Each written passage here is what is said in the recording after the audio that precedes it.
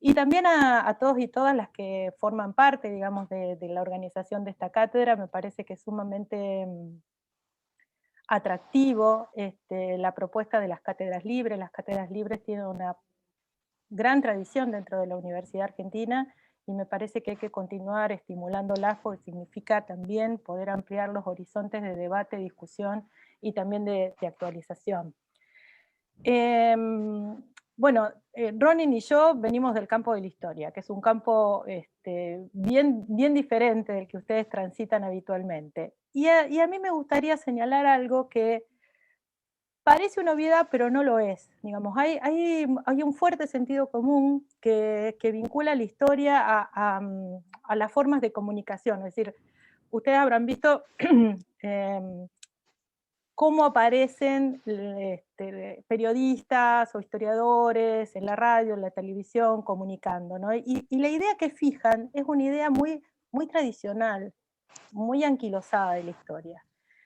Y esto es importante señalarlo porque en muchos casos parece que la historia es la ciencia de lo que pasó, que está congelada en el tiempo, tiene una forma, un recurso muy historicista de pensar que están narrando los hechos tal y como sucedieron, y eso no tiene nada que ver con el campo de la historia científica. Entonces, primero pensar esto, digamos, esto de que la historia como ciencia que se ocupó de los acontecimientos del pasado, la ciencia que se ocupa de las transformaciones de los sujetos y la sociedad, hay un paso que es muy largo. Entonces, lo que hay que considerar es eso, que la historia se ocupa de estudiar a las sociedades en el tiempo con el objetivo de formar una conciencia crítica del presente. Y esto es fundamental, es decir, que todo lo que se trabaja en clave historiográfica tiene que ver profundamente con la transformación de lo que nos sucede en el presente. Si no, es simplemente anécdota, si no es simplemente, digamos, curiosidad saciada. Pero, digamos, la cuestión de la historia científica es importante, digamos, superar esta idea o superar la idea enciclopédica que los historiadores e historiadores estamos para recitar datos y que en una compulsa tenemos que recitar como en un programa de preguntas y respuestas constantemente ese retorno, y no como una ciencia que se ocupa específicamente de interpretar estos procesos y de comprenderlos, y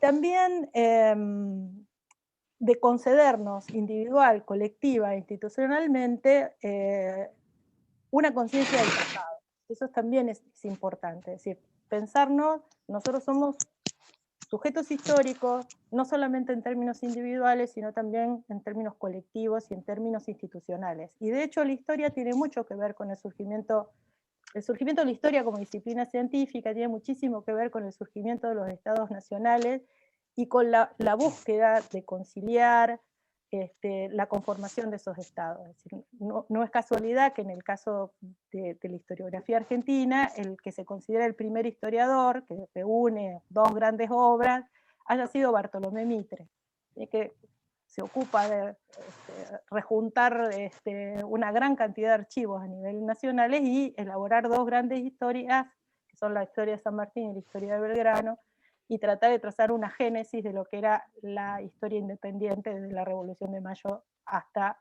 el momento en que lo escribe, que son las décadas de 1860, 1870 del siglo XIX. Dicho esto, digamos, ¿por qué es importante?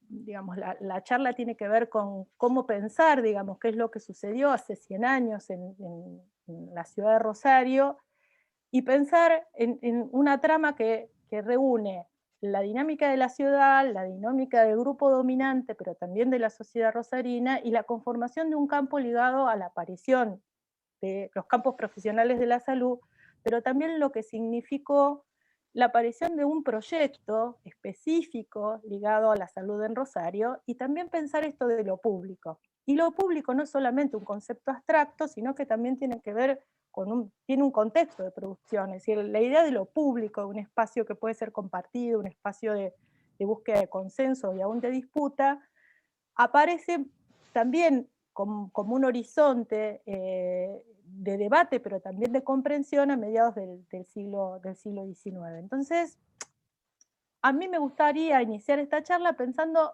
en Rosario, ¿eh? Pensar en la ciudad de Rosario, porque la ciudad de Rosario es muy particular. Nosotros no nos damos cuenta de la particularidad que tiene la ciudad dentro del espacio eh, argentino, pero sobre todo en lo que es el espacio pampeano. Ustedes saben que Rosario no tiene fundación. Es decir, y el hecho de que no tenga fundación remite a algo que es fundamental, es que no es una ciudad con tradición colonial. El resto de las grandes ciudades argentinas fueron fundadas ligados a los procesos de conquista y colonización. Hay otras dos ciudades que tienen un proceso que podrían asimilarse a Rosario, que son La Plata y Bahía Blanca, pero que tienen diferencias bastante significativas, porque en el caso de La Plata hay una decisión gubernamental, digamos, que tiene que ver con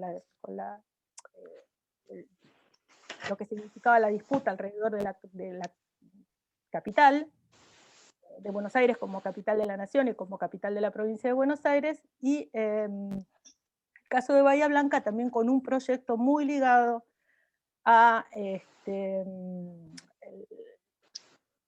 lo que era el modelo agroexportador, es decir, desarrollar otra ciudad que pudiera ser capaz de convertirse en otro gran puerto exportador a fines del siglo XIX y comienzos del siglo XX. Pero Rosario tiene una tradición más singular, digamos, está todo el mito de la Virgen, no nos vamos a detener en eso, pero a mí lo que me interesa es ver la constitución social que tuvo la ciudad de Rosario.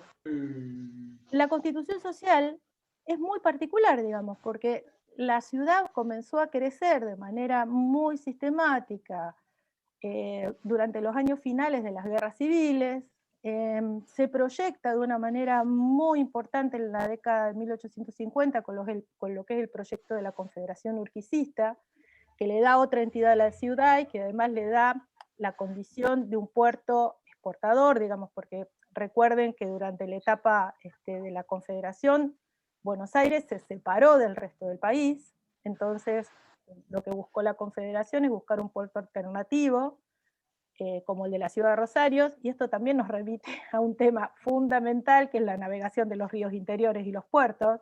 En clave actual podríamos pensarlo en el profundo debate que estamos teniendo con la hidrovía, es decir, hay muchas cosas, hay muchos de los problemas que no transitan en la actualidad que están muy referenciados en problemáticas de hace 150 años. Y la ciudad también creció, no solamente por la Confederación, sino por el impulso que significaba el río Paraná como gran vía navegable. Recuerden que en este periodo todavía no había la masividad de líneas férreas que va a haber a posteriori. La guerra del Paraguay significó otro empuje sustancial, digamos, porque todo lo que significaba eh, el transporte de tropas, vituallas, mercaderías, se hacía por el río, entonces los comerciantes de la ciudad crecieron y mucho en este periodo y consolidaron ese perfil ya decididamente con la consolidación del modelo agroexportador como un puerto cerealero por excelencia. Entonces, el grupo dominante de la ciudad es muy diferente el que, por ejemplo, existía en la ciudad de Santa Fe. Cuando digo muy diferente. El grupo dominante santafesino era un grupo dominante que tenía que ver con las familias de raigambre colonial, con las tradiciones también de los tipos de producción, muy vinculados al control de lo político y del aparato del Estado, mientras que el grupo dominante rosarino estaba conformado en su mayoría por inmigrantes extranjeros, muchísimos migrantes internos de otras provincias que crecieron sobre todo al calor del comercio de exportación, al comercio de importación, a la exportación, al puerto, al crecimiento, y que no tenían una vida política muy activa justamente por ser inmigrantes, es decir, no tenían las condiciones para poder ser elegidos dentro de la trama política propia del siglo XIX. A eso se le sumaba que Rosario no disponía, digamos, no estaba, digamos, pesando en la trama interna de la política santafesina, y entonces hay una preocupación muy fuerte de este grupo dominante por ir generando alternativas de organización que tienen que ver con ir creando distintas asociaciones, yo les voy a dar algunos como ejemplo para que lo piensen. La Bolsa de Comercio, nada más y nada menos, la Bolsa de Comercio era una bolsa de comercio que era la segunda bolsa después de la de Buenos Aires, y que sigue, y para el mercado de cereal iba a ser fundamental, pero también instituciones ligadas a la cultura, como va a ser el Círculo de Rosario, instituciones ligadas a la generación de distintos colegios profesionales que se van a gestar de manera muy temprana en la ciudad, y que van a tener una mirada muy, muy hacia adentro, es decir, a una identidad muy fuerte vinculando estos quehaceres de la vida pública a esta conciencia de una identidad local. El problema, ya entrado, digamos, en los primeros años del siglo XX, es que esta ciudad tan importante en población, la segunda de la República, el principal puerto exportador de cereales, el segundo puerto más importante de la Argentina, la ciudad que más dinámica económica tenía, no tenía ningún peso político institucional en la trama provincial, y menos aún en la nacional. Pero eso se le sumaba que no tenía instituciones básicas, no tenía universidad, no tenía un manejo de la salud propio, si bien ya había hospitales, el viejo Hospital de Caridad, que es el actual hospital provincial, estaban los hospitales, y no es casualidad, de las asociaciones étnicas, el Hospital Italiano Garibaldi y el Hospital Español, pero digamos, esta conciencia de un gran hospital escuela, un hospital que formara, que gestara, es algo que va a ser una gran preocupación de este grupo dominante. Cuando digo grupo dominante, ¿a qué hago referencia? Bueno, a este grupo que controlaba lo económico, lo político, lo social, pero que además tenía una conciencia de lo público que es muy particular. Es decir, ellos pensaban que el espacio donde manifestarse, donde legitimarse, donde actuar, no era solamente el campo de lo privado, sino que también era ese espacio público, que iban a controlar, que iban a hegemonizar, pero que de una manera, después yo les voy a leer algunas notas de época, cómo consideraban que esta idea de que había que participar de lo público para ser legítimos, que había un ideal de virtud burguesa, en donde esta ocupación del espacio, destinar fondos privados para algunos quehaceres públicos era fundamental. Tenía que ver con este plano de legitimación que se buscaba, ¿no?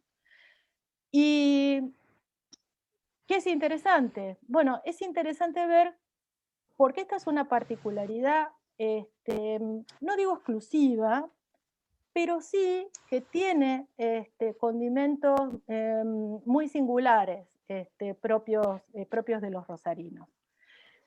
Y esto que parece una anécdota y no lo es, cuando se comienza a discutir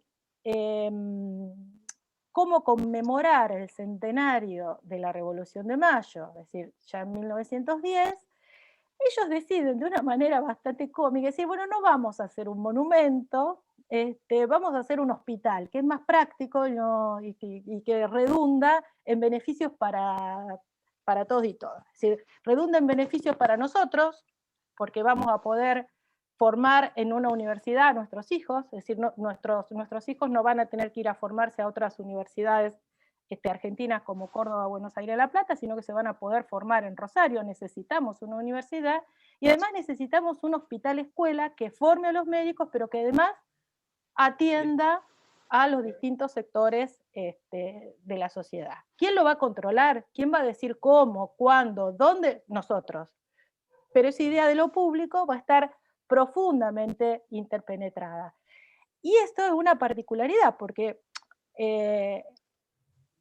¿había un altruismo? Sí y no, digamos. Por eso, vuelvo a repetir, había una conciencia muy clara de que la legitimidad del lugar que se ocupaba como grupo dominante se gestaba allí. Se gestaba en esto que era lo común, que era lo colectivo. No sé, Ronnie, si querés... Sí, desde ya.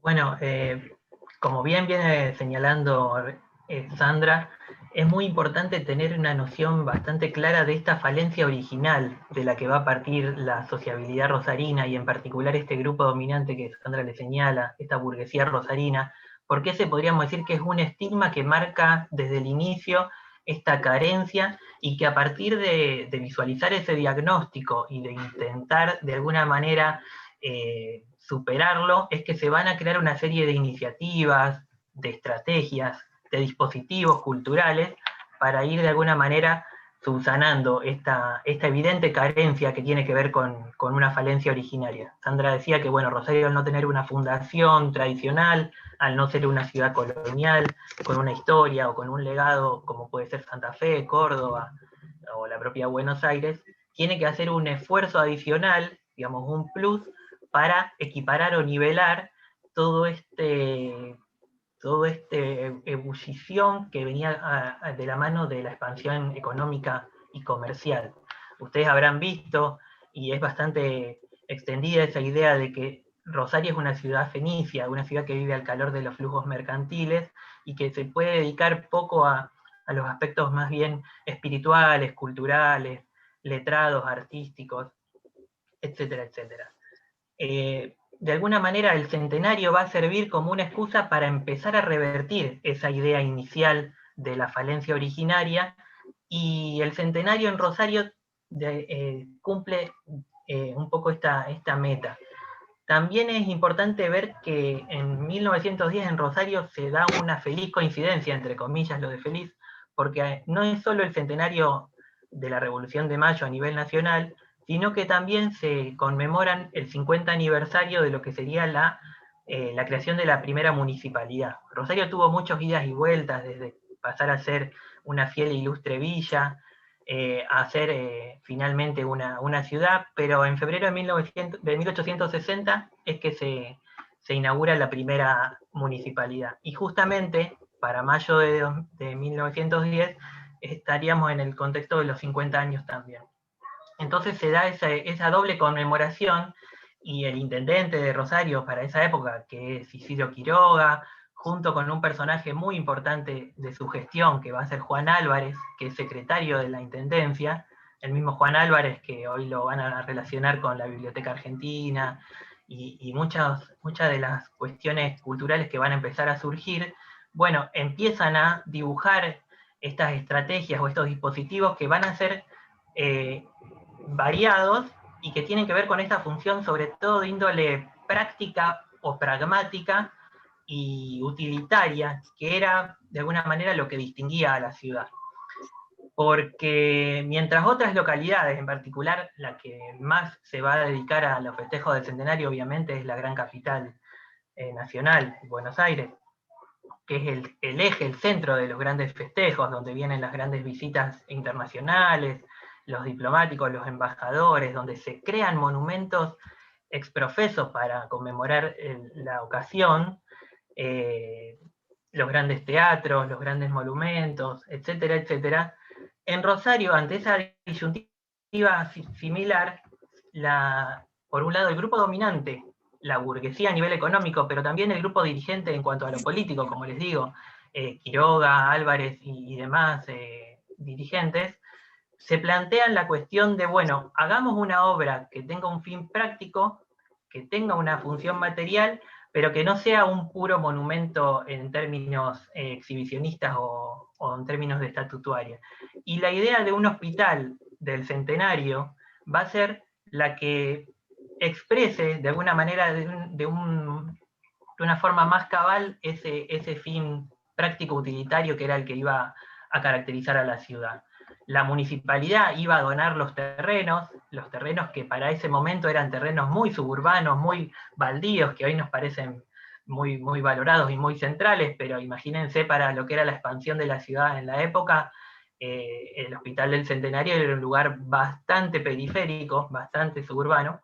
Entonces la municipalidad donaba los terrenos y se iba a hacer una suscripción popular de los vecinos más pudientes para, a través de la donación de fondos particulares y privados, poder hacer esa construcción de esta obra monumental pero con un fin práctico o utilitario. Como Sandra les decía, Rosario para la época ya era pensada como la segunda gran ciudad del país, y no podía no tener una serie de instituciones como un hospital público, más allá de los hospitales de las colectividades, más allá del hospital de la caridad, y relacionado con esto, algo que es muy importante, la Escuela de Medicina Anexa. La Escuela de Medicina Anexa va a ser el núcleo del posterior Instituto de Medicina perteneciente a la Universidad Nacional del Litoral. Ese es el puntapié o el mojón inicial para que después en Rosario se pueda crear, por ejemplo, la Facultad de Medicina y este tipo de instituciones.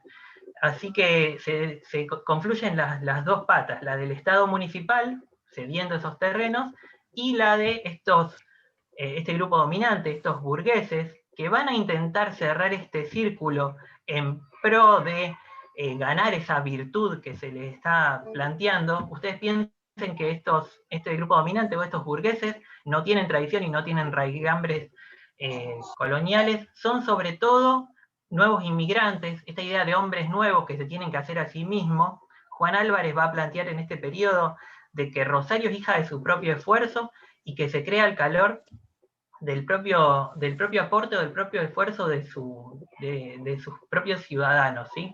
Es la voluntad popular, entre comillas lo de popular, porque vamos a ver que en realidad es el grupo más acomodado el que puede hacer este tipo de aportes. Y esto se ve, por ejemplo, en el diario La Capital, donde todos los días del mes de mayo se imprimen las nóminas de los adherentes, y vemos los grandes apellidos de la burguesía rosarina que van haciendo sus aportes, donde aparece el apellido del adherente con el dinero que está donando para la gran causa local, pero en clave nacional también. Entonces, el hecho de aparecer en la nómina del diario es de alguna manera un envión o un influjo para que más y más de estos adherentes se empiecen a unir a esa causa. Y entonces, como decimos, de alguna manera el círculo se va cerrando. Es muy importante cómo la cuestión cultural se va a ir soldando a través de estos aportes que van a hacer que el grupo burgués se exprese en el espacio público esta necesidad virtuosa o de ir de alguna manera justificando que su poder económico también se exprese como grupo dominante. De hecho, son muy interesantes, hoy no podríamos traer todas estas referencias, pero son muy interesantes las notas que empiezan a aparecer llamando a desinteresadamente hacer este tipo de aportes y demás. O sea que podríamos decir, no sé si ustedes ya se han puesto a pensar en lo que implica, por qué un hospital del Centenario, pero de alguna manera el hospital del Centenario es el modelo que va a optar Rosario para conmemorar un momento como el Centenario. Y hay otros que van de la mano, que son, digamos, las otras patas que podríamos plantear, como por ejemplo la Biblioteca Argentina, también puesta la piedra fundacional en 1910, fundada un poco más tarde en 1912, con el Centenario con el hospital pasa lo mismo. Se pone la piedra fundacional en mayo de 1910, va a tardar bastante en que todos estos dineros y estos erarios terminen de aparecer. De hecho es un proceso de varios años, pero es un momento de muchas piedras fundacionales. El hospital, la biblioteca, el círculo de la biblioteca, que también va a empezar a funcionar ahí, que Juan Álvarez tiene una función también muy, muy importante. La cuestión del tercer censo municipal, que también va a tener que ver con cuantificar el gran avance, no solo económico, sino también demográfico y poblacional que va a estar teniendo la ciudad, para disputar frente a la capital santafesina un poco la cuestión de la autonomía, ¿sí? Tenía que ver con cuántos habitantes tenía la ciudad para poder disputar ahí también electores y plantearse como la cabecera de esa región del sur santafesino. Entonces vemos que 1910 es un momento, un contexto muy convulsionado en cuanto a lo simbólico, en cuanto a lo material, y en cuanto a cómo este grupo dominante va a poder de alguna manera ganar ese espacio público para validarse a sí misma. Esta cuestión de lo... Sí, perdón. Esta cuestión de lo pragmático y de lo práctico, de lo utilitario, de alguna manera puede estar puesta en discusión. Es decir, ¿por qué incluso en un momento donde tienen que hacer un un monumento o algo que simboliza el centenario, ¿por qué así todos estos rosarinos tienen que buscarle el fin utilitario? Podríamos decir que es llevado incluso hasta el paroxismo, pero de alguna manera ellos apuestan a esta cuestión de que la conmemoración y el monumento sea práctica. Y no es que no había habido antes intentos por crear un gran monumento, porque hoy si ustedes piensan cómo se ve a Rosario desde el exterior, principalmente lo que más les puede llamar la atención es el Monumento Nacional a la Bandera. Bueno, podríamos decir que en 1910 el Monumento Nacional a la Bandera no era una de las grandes prioridades, era uno de los proyectos, pero que tardó bastante en terminar de imponerse. De hecho, hay antecedentes, están los antecedentes del propio Nicolás Grondona, que ya planteaba la necesidad de que Rosario tenga un monumento nacional a la bandera. A fines del siglo XIX, en 1898, con la intendencia de Luis Lama, se pone la piedra fundacional de lo que debería ser un futuro monumento nacional a la bandera en las barrancas del Paraná, etcétera, etcétera. Pero si bien estaban estos antecedentes, 1909, 1910, 1911, cuando los vecinos se juntan para hacer esta suscripción popular, no eligen hacer ese monumento nacional a la bandera que sería visto al final del camino lo más característico de la ciudad, sino que la elección en ese momento fue hacer la biblioteca, fue hacer el hospital, fue hacer el censo, fue hacer otras cuestiones desde los dispositivos y las estrategias que no quedaran solo en un monumento o en una estatua en sí misma. Hay algunos monumentos que son posteriores, el monumento a San Martín es bastante cercano, para 1911-12, el monumento a Belgrano es de 1928, pero no son cuestiones que salgan del entorno de la municipalidad o de los vecinos, sino que, por ejemplo, el monumento a Belgrano es una donación de la colectividad italiana, o la colectividad española, que también para la época de 1925 dona lo que es la Fuente de los Españoles en el Parque de la Independencia. Entonces esto también nos sirve para discutir un poco esa idea de que Rosario es caracterizada como la ciudad del monumento. Eso probablemente haya sido así en otro contexto, que va a ser más cercano al contexto de los 30 y 40, otra historia que también es muy interesante que podamos analizar, pero para 1910 eso no era tan evidente, y eso me parece también interesante, discutir el fin práctico y utilitario frente a una idea más monumental de conmemorar.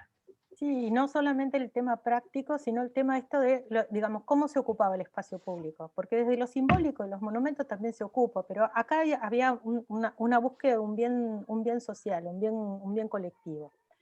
Ahora hay que hacer, digamos, es importante señalar que esta cuestión de lo público y cómo se generaba, tiene que ver también con transformaciones, que tienen que ver con la aparición del liberalismo como una ideología en el siglo XIX, y cómo se concilia, digamos, a ese Estado, eh, como un Estado que también necesita agentes que interpelen a la sociedad civil. Y esto no es una cuestión particular exclusivamente en Argentina, sino que es un proceso que se da a nivel occidental, por lo menos, que conjuntamente con la aparición de los estados nacionales van a aparecer todo un sistema de generación de asociaciones.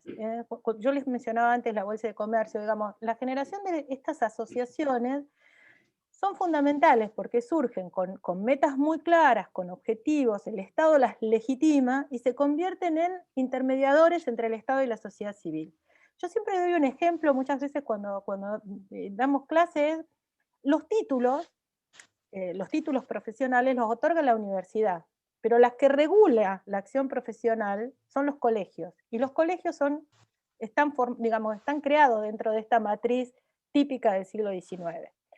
Y las asociaciones son múltiples, tenemos desde grandes corporaciones a clubes de barrio, bibliotecas, colegios profesionales, es decir, es un sinnúmero, es decir, hay una multiplicidad de ejemplos y eso se mantiene aún en la actualidad, es decir, las asociaciones se han ido transformando, se regulan de manera diferente, pero siguen cumpliendo esta función de dialogar, de interpelar, de mediar.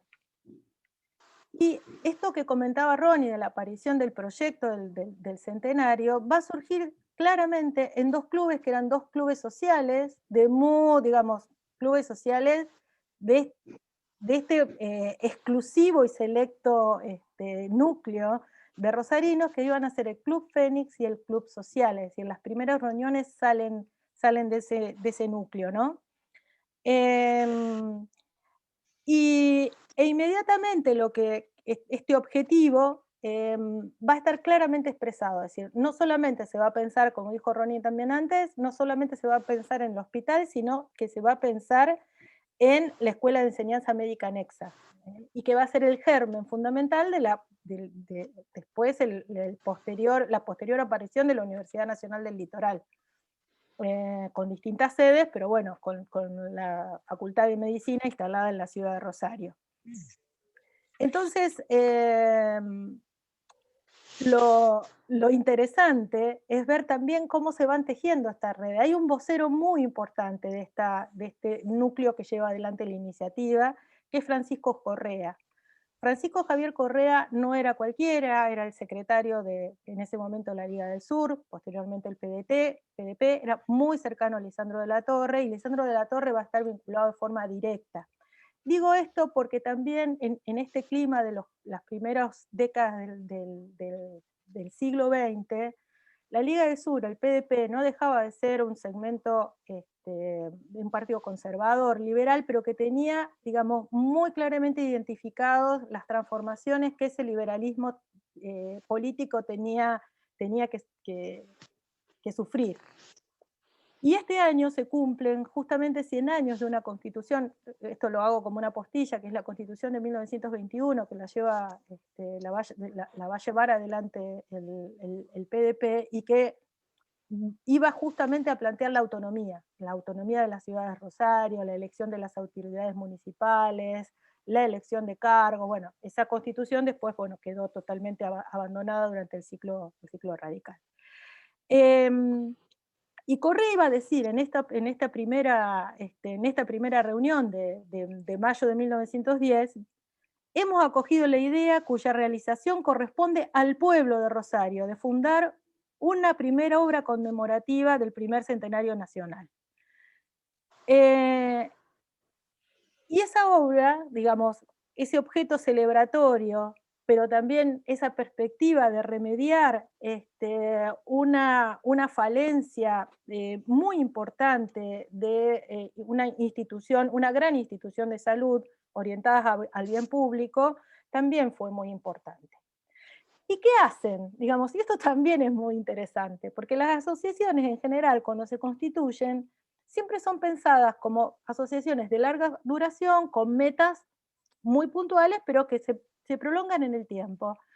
Y lo que van a hacer es una asociación que se va a llevar justamente Hospital del Centenario, que va a tener la meta de constituir el hospital y la Escuela de Medicina, y se crea en este momento y culmina en 1929, cuando se cierra no la construcción total del Hospital del Centenario y la Escuela de Medicina, sino la mayoría de la obra. Eso es interesante, porque ellos constituyen una asociación que tenía un fin limitado. Entonces, era también muy original la propuesta. Es decir, no era solamente pragmática en su forma, en su acción, sino también fueron muy pragmáticos en la forma de constitución de una asociación que era la encargada de gestionar, y no solamente de gestionar, sino de administrar esos fondos que se iban a obtener en virtud de las distintas donaciones. Yo pensaba hoy en el aporte de las grandes fortunas y en todos los juicios que se hacen. Yo después le voy a dar algunas cifras de las donaciones que estas personas y empresas hicieron en este periodo que va en el 10 y el 20, y que además señalaban como orgullosamente de donar el dinero para la creación del hospital. Y en las memorias y balance del hospital ellos van a decir, dice, entre una obra puramente artística y otra que, sin excluir el arte, fuese a la vez de beneficencia, de enseñanza científica y de utilidad inmediata, hemos preferido la segunda. Es notorio que carecemos de hospitales para las exigencias de la población, y que los existentes ninguno se encuentra dotado de elementos completos. Se sabe además que el Rosario no solamente atiende los enfermos de la propia ciudad, sino los de una gran zona de la Campania y aún también de otras provincias. Bueno, no rehúyen a fomentar la iniciativa privada, pero dicen esto no es propio de lo privado. Los privados tenemos que justamente sostener lo público, porque Rosario es mucho más que una ciudad y necesita disponer de un hospital que sea público, no un hospital privado. ¿Por qué? Porque ellos también consideraban que lo local era una caja de resonancia, era una muestra también para la actividad política y pública de estos sujetos y también la posibilidad de posicionarse, digamos, en el entramado y la disputa de lo político, partidario, desde otro lugar. El otro objetivo, que es también muy interesante, que ellos colocan en lo de en las metas de la conformación de la asociación, es ubicar a la ciudad como una ciudad universitaria. Rosario debía ser un faro. De hecho, era un faro, pero debía consolidarlo de otra forma. Es decir, que no podía estar a la saga de Buenos Aires y Córdoba, que eran los grandes fantasmas que se asomaban en la comparación. Nosotros somos tan importantes como Córdoba y no tenemos universidad, somos tan importantes como Córdoba y no tenemos un hospital. Nosotros debemos constituirnos también como una ciudad universitaria. Para este grupo era inaudito que no hubiera una universidad y era inaudito que sus propios hijos tuvieran que migrar para formarse profesionalmente, en todos los campos. Es decir, todos los hijos de estos hombres nuevos habían realizado su formación en otras universidades, sobre todo la de Buenos Aires y la de Córdoba, pero también en La Plata.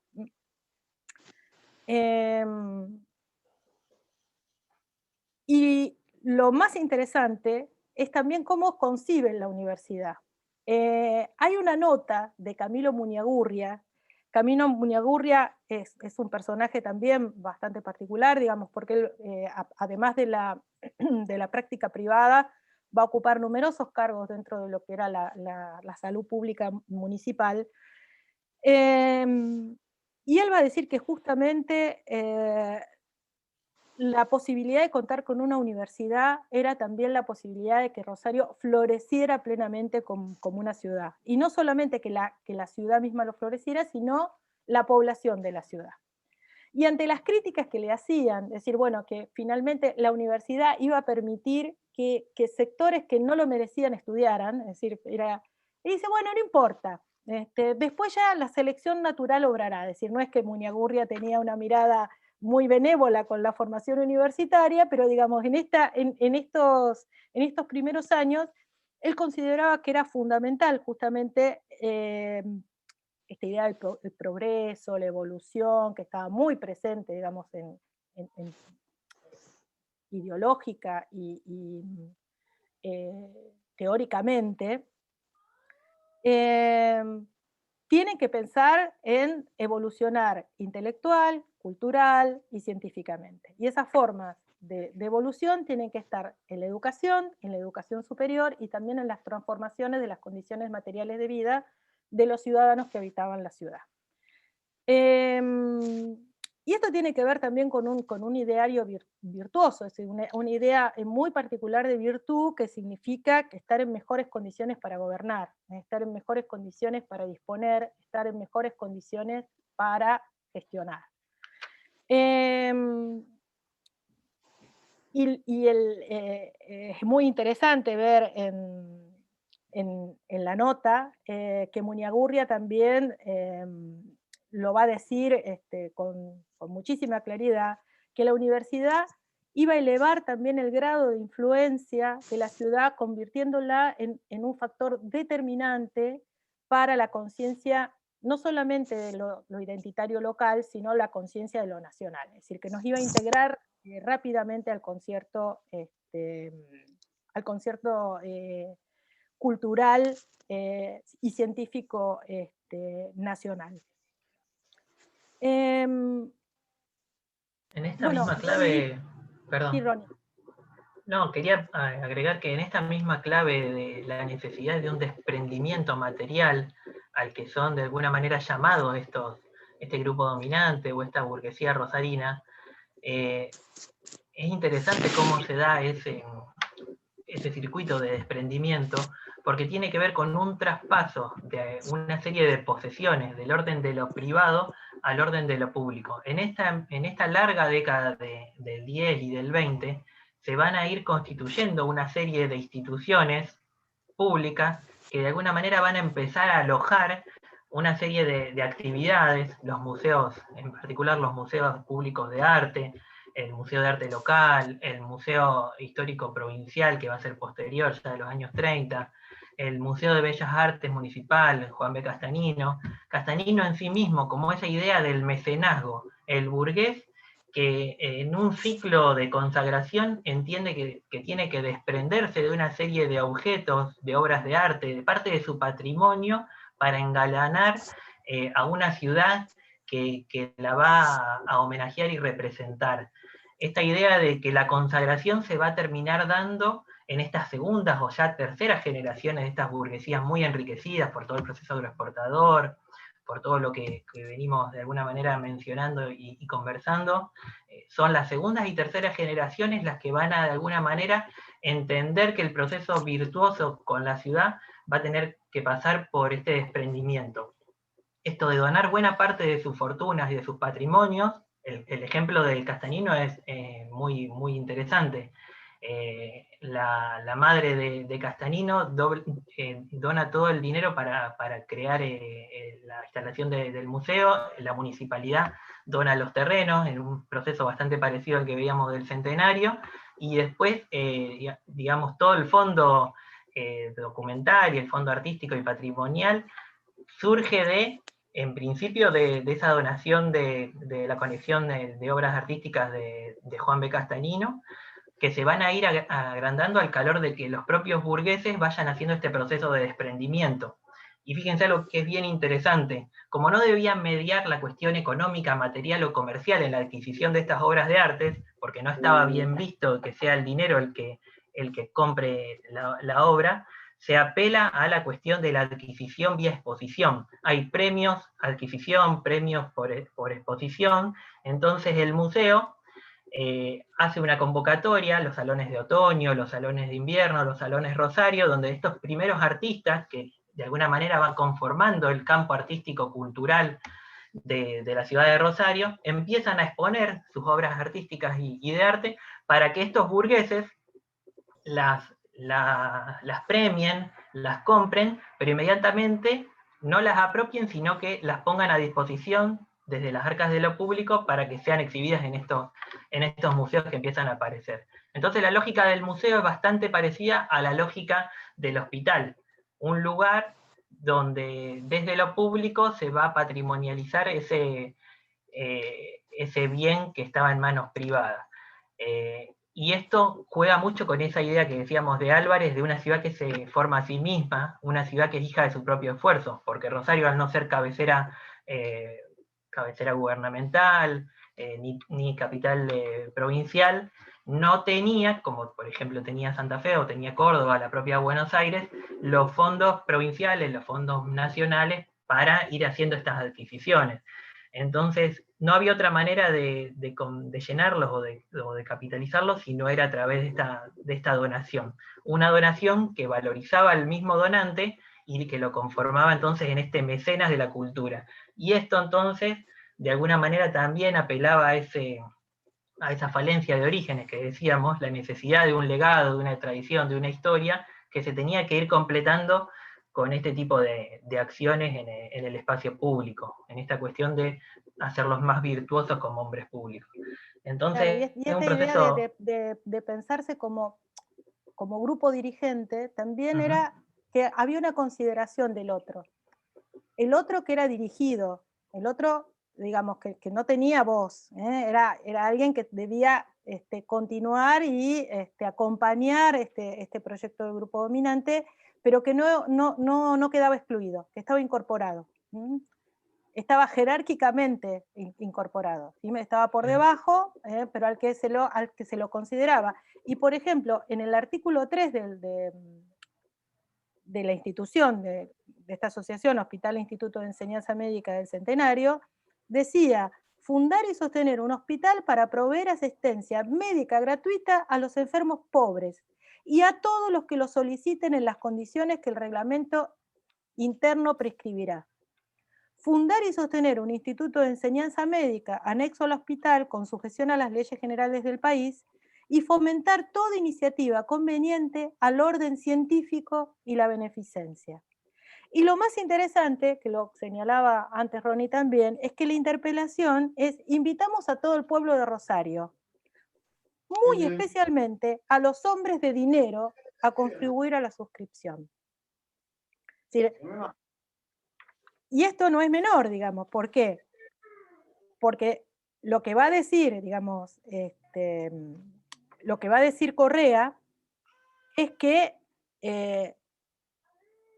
la obra, si bien era una labor de todos, era fundamentalmente el deber de los hombres de dinero que justamente debían demostrar que eran dignos, que como tenían dinero eran dignos, y la forma de legitimarse en el espacio público era con esa virtud de poder construir este hospital. También fue un proceso bastante gradual y paulatino. Los que de alguna manera se ponen a la cabeza de este tipo de asociaciones culturales, como el que está mencionando Sandra, pro Hospital del Centenario, como va a ser también la Asociación Cultural del Círculo, a raíz del grupo inicial de la biblioteca y demás, son grupos que no pertenecen al núcleo más duro de esta burguesía dominante. En todo caso, son grupos más bien letrados, grupos de abogados, médicos, juristas, como va a ser Álvarez, Muñagurria, no son parte de esa burguesía más mercantil. Como yo decía, bueno, Castagnino es una tercera generación de estas familias enriquecidas y que están dispuestas ahora a hacer esta donación virtuosa. Pero es un proceso bastante gradual y paulatino en el que la sociedad y esa burguesía se va de alguna manera comprometiendo con esta actitud de donar, de adquirir, de ceder parte de sus patrimonios. Y no tienen tanto, podríamos decir, no tiene tanta repercusión inmediata, sino que son procesos de largo plazo. Ustedes ven que dijimos que en 1910 se ponen una serie de piedras fundacionales, pero hay que esperar hasta el 12, hasta el 16, 17. Son procesos complejos, tiene que ver con el no aporte de los estados provinciales y nacionales también en esas contribuciones.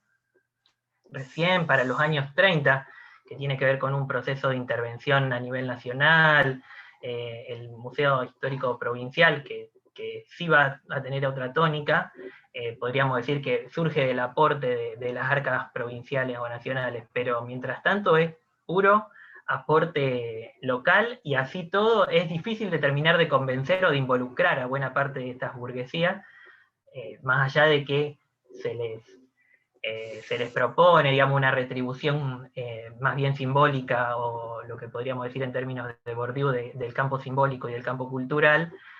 Así todo es compleja esta intervención o este acompañamiento. Igual, Sí. si lo comparáramos con hoy, era maravilloso.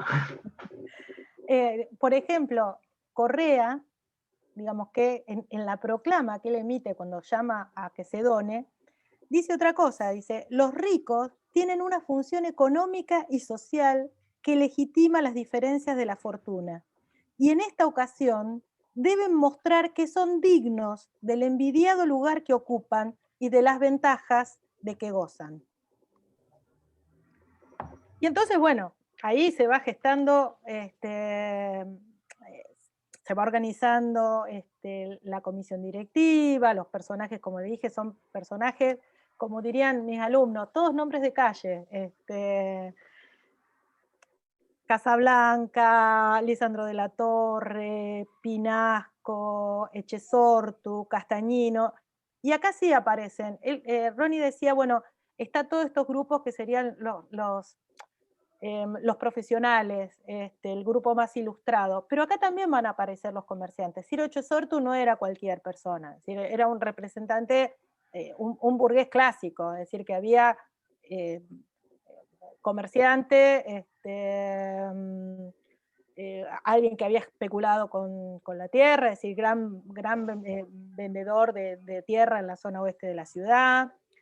Bueno, los castañinos son un referente, digamos, son varios, y que estos nombres nosotros los vamos a ver repetidos, van a estar y tiene que ver con lo que Ronnie estaba expresando antes.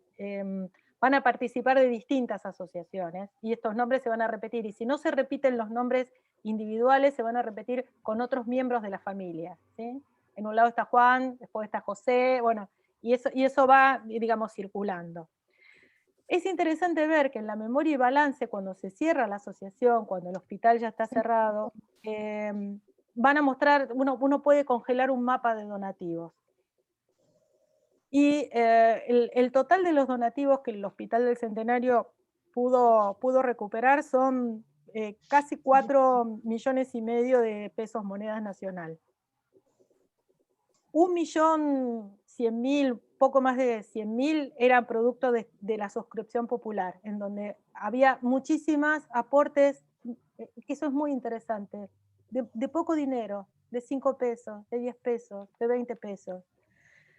Otros eran algunos subsidios que habían venido del Estado Nacional, del Estado provincial y del Estado municipal, que hacen más o menos 1.400.000. Y después, digamos, fueron donaciones importantes de empresas y particulares, y hay una particularidad, por ejemplo, Pedro Rueda dona los ingresos que se obtenían de la explotación de una estancia que dona específicamente para generar recursos para el hospital. Es lo mismo que si en términos actuales pensáramos que Chevere donara sus tierras en Entre Ríos para poder generar recursos para poder construir un hospital en el área. Bueno, están las personas individuales que están donando, pero también están las empresas.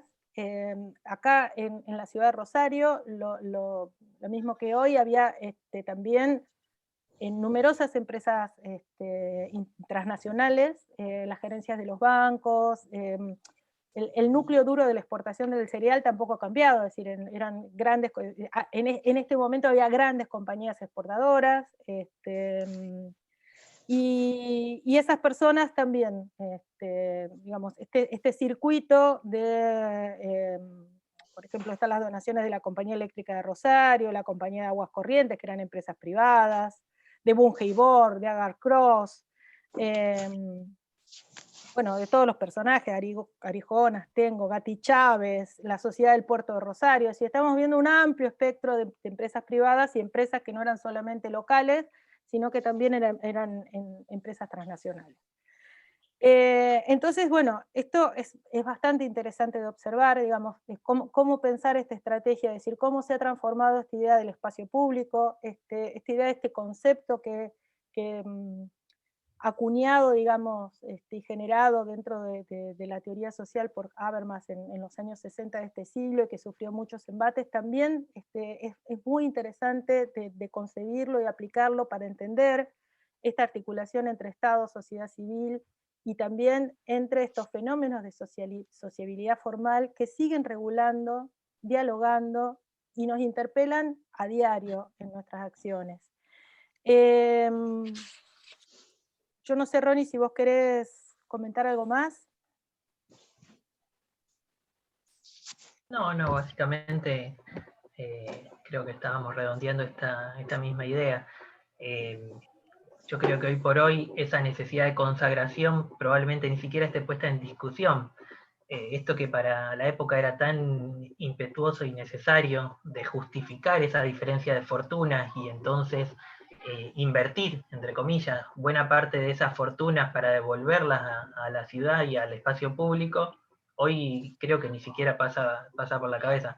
Hay una novela que me gustaría recomendarles que de alguna manera ilustra muy bien metafóricamente todo este proceso de un inmigrante, hombre nuevo, que de un momento para el otro viene sin nada y empieza a enriquecerse vía el comercio, vía el contrabando, obviamente, en primer momento y demás, y cómo finalmente empieza a educar a sus hijos en otra cuestión más bien asociada a lo cultural, y empieza a devolver un poco a esa ciudad que le dio tanto un influjo más bien estético y cultural. Esa novela que me interesa recomendarles es La ciudad cambió la voz, de Mateo Boz, que es la única novela que Mateo Boz le dedica a la ciudad de Rosario, porque el resto de su literatura está más enfocada en Santa Fe capital.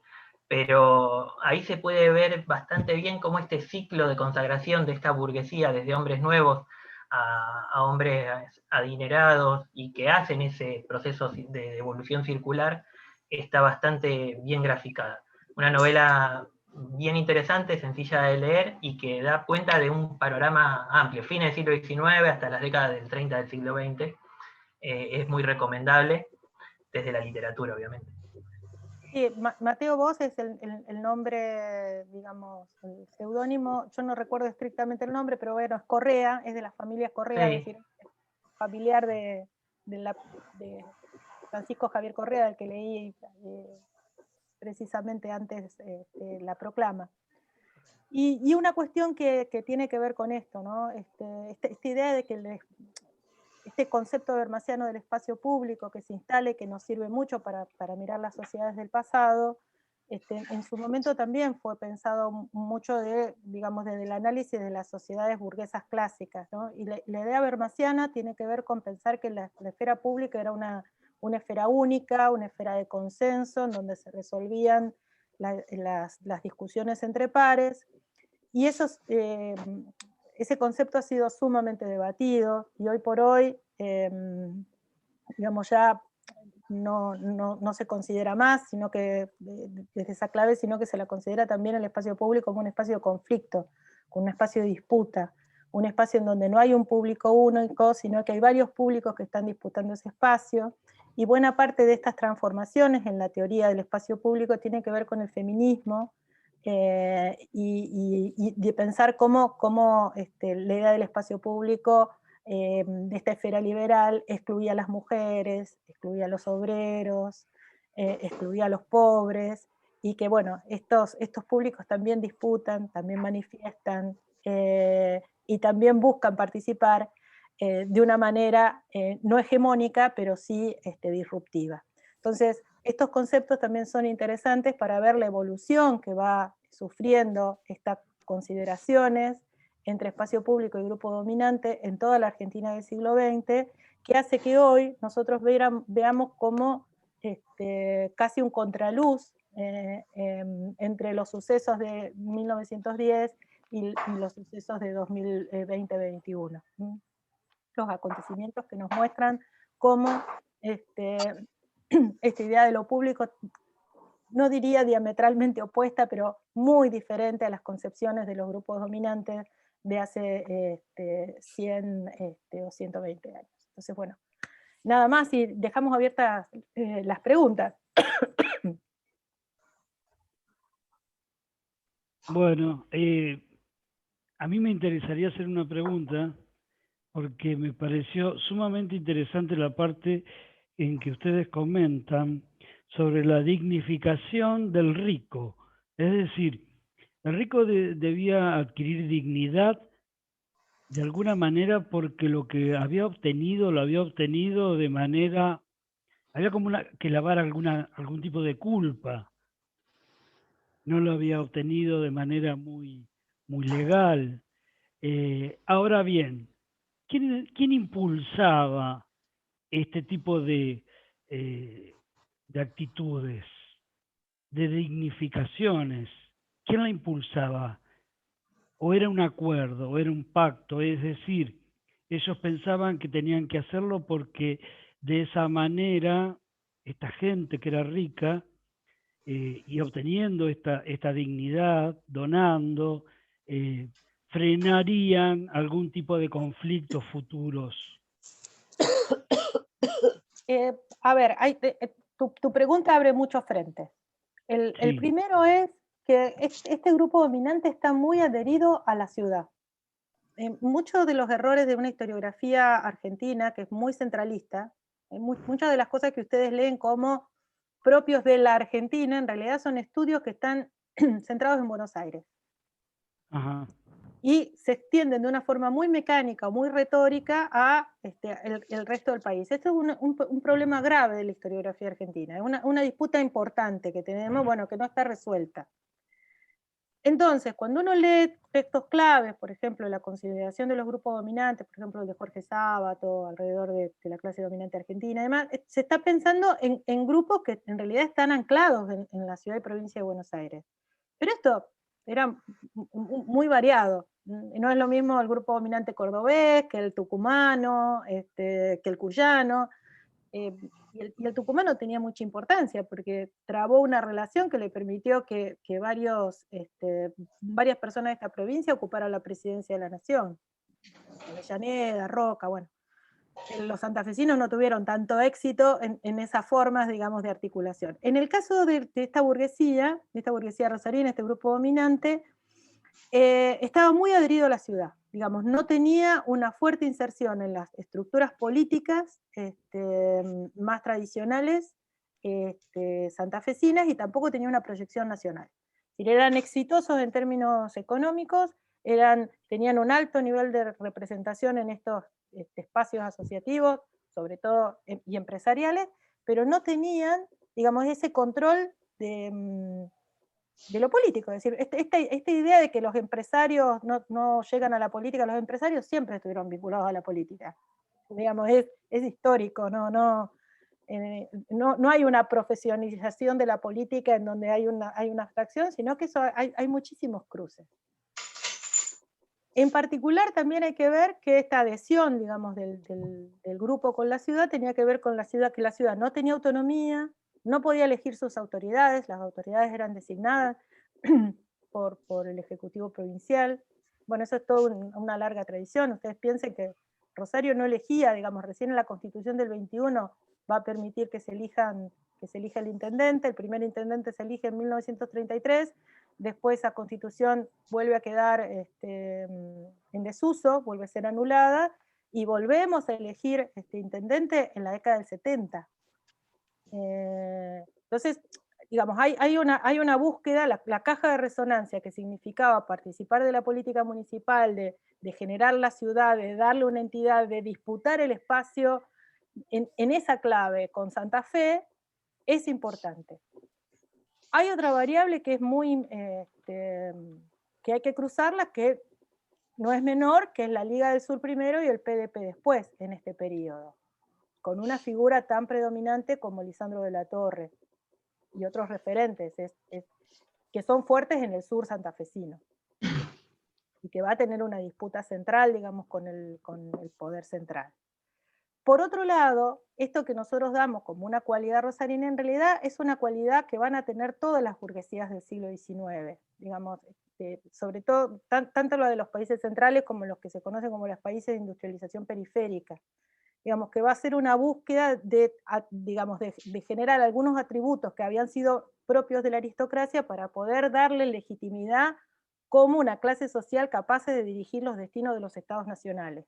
Eso se va a dar a lo largo de todo el siglo XIX y se va a ir consolidando en estos años iniciales, y la década de 1930, digamos, la crisis del 30 va a ser un profundo corte en esas formas del proyecto liberal y las formas de estos grupos sociales alrededor del poder, no solamente aquí, sino también, como dije, en todo el mundo. Porque entonces sería como convalidar ese dominio hegemónico de estas clases, es una cosa de consolidar su poder. Bueno, justamente el concepto de hegemonía, que es muy interesante para cruzarla con el del espacio público, es un concepto que está muy anclado en lo cultural, en la legitimación desde la cultura. El concepto de hegemonía, que lo desarrolla Gramsci, tiene que ver cómo, digamos, no nos podemos sublevar con estos ejercicios de dominación, y eso claro. no nos podemos sublevar contra la dominación porque también adherimos a ciertos procesos que tienen que ver con el campo de lo simbólico y lo cultural.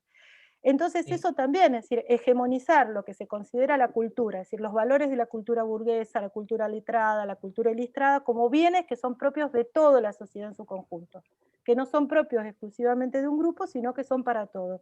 Y eso sí hay que hacer énfasis. Para estas personas, digamos, para este grupo dominante local, esto es muy fuerte. Por eso siempre recalco, había una idea de lo público, pero una idea de lo público hegemonizado y tabulado con estos valores. Que en función... Aparte, Sí, perdón.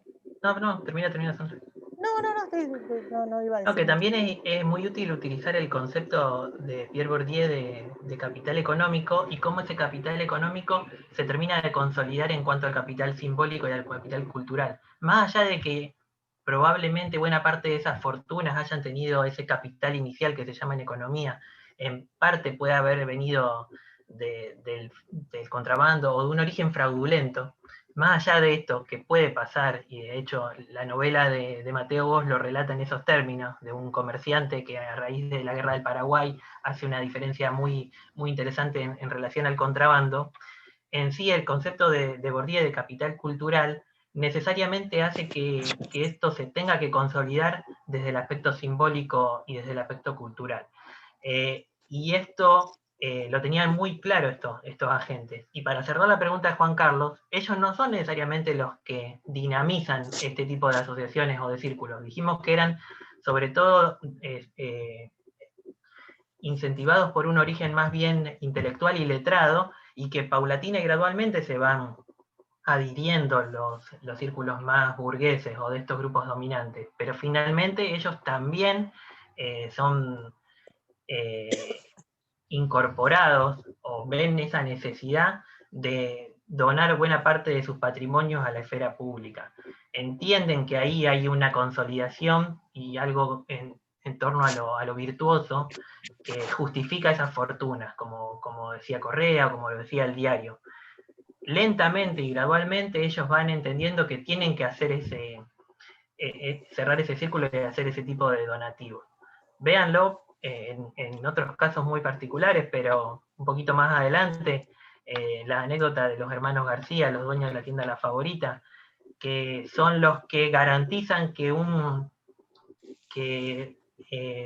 serie de obras de arte y una serie de patrimonios que iba a terminar fuera del Museo Histórico Provincial, ellos pueden hacer de comprar un lote de obras artísticas para inmediatamente donarlo al patrimonio del museo.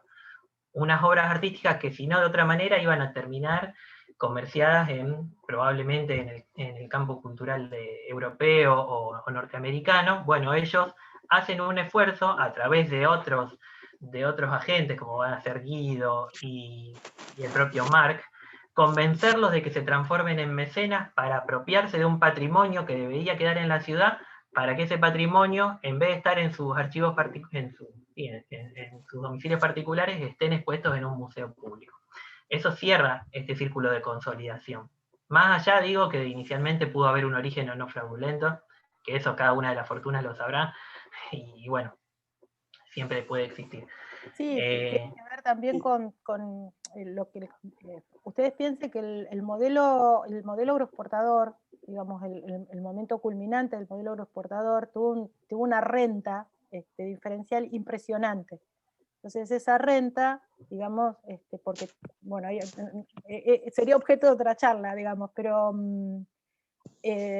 fue capaz de incorporar durante mucho tiempo la tierra a costo cero, entonces, digamos, esto fue, digamos, un boom impresionante que se concentró muchísimo, porque, digamos, el modelo funcionó sobre la base de una unidad productiva que era de grandes extensiones y que era mixta, pero, vuelvo a repetir, de grandes extensiones, no este fenómeno que nosotros habitualmente llamamos la colonización agrícola, el chacarero, en realidad es excepcional. Es decir, son bolsones que se dan dentro del modelo agroexportador, no fue lo común. Son algunos lugares de Santa Fe, de Buenos Aires, de Entre Ríos, del sudeste de Córdoba, digamos, pero no es un referente habitual. Hay otros procesos que tienen mucho más que ver con el siglo XX, de fines de los 30 y de todo el primer peronismo y los 60, que transforman la estructura de la propiedad de la tierra, pero no en el modelo agroexportador clásico que llega hasta el 30 y que llega en crisis al 30, en una crisis terminal al 30. En relación a lo de la distinción, digamos, este concepto de Bourdieu de capital social se le suma otro que es interesante para tomar en cuenta, que es el de distinción, digamos. Esta búsqueda que estos sectores buscaban de distinguirse y de reconocerse también entre sí, digamos. Estas formas que eran expresiones que la aristocracia no tenía necesidad de mostrarse. Ya estaba, había una naturalidad alrededor de su condición y su ubicación dentro de la estructura social.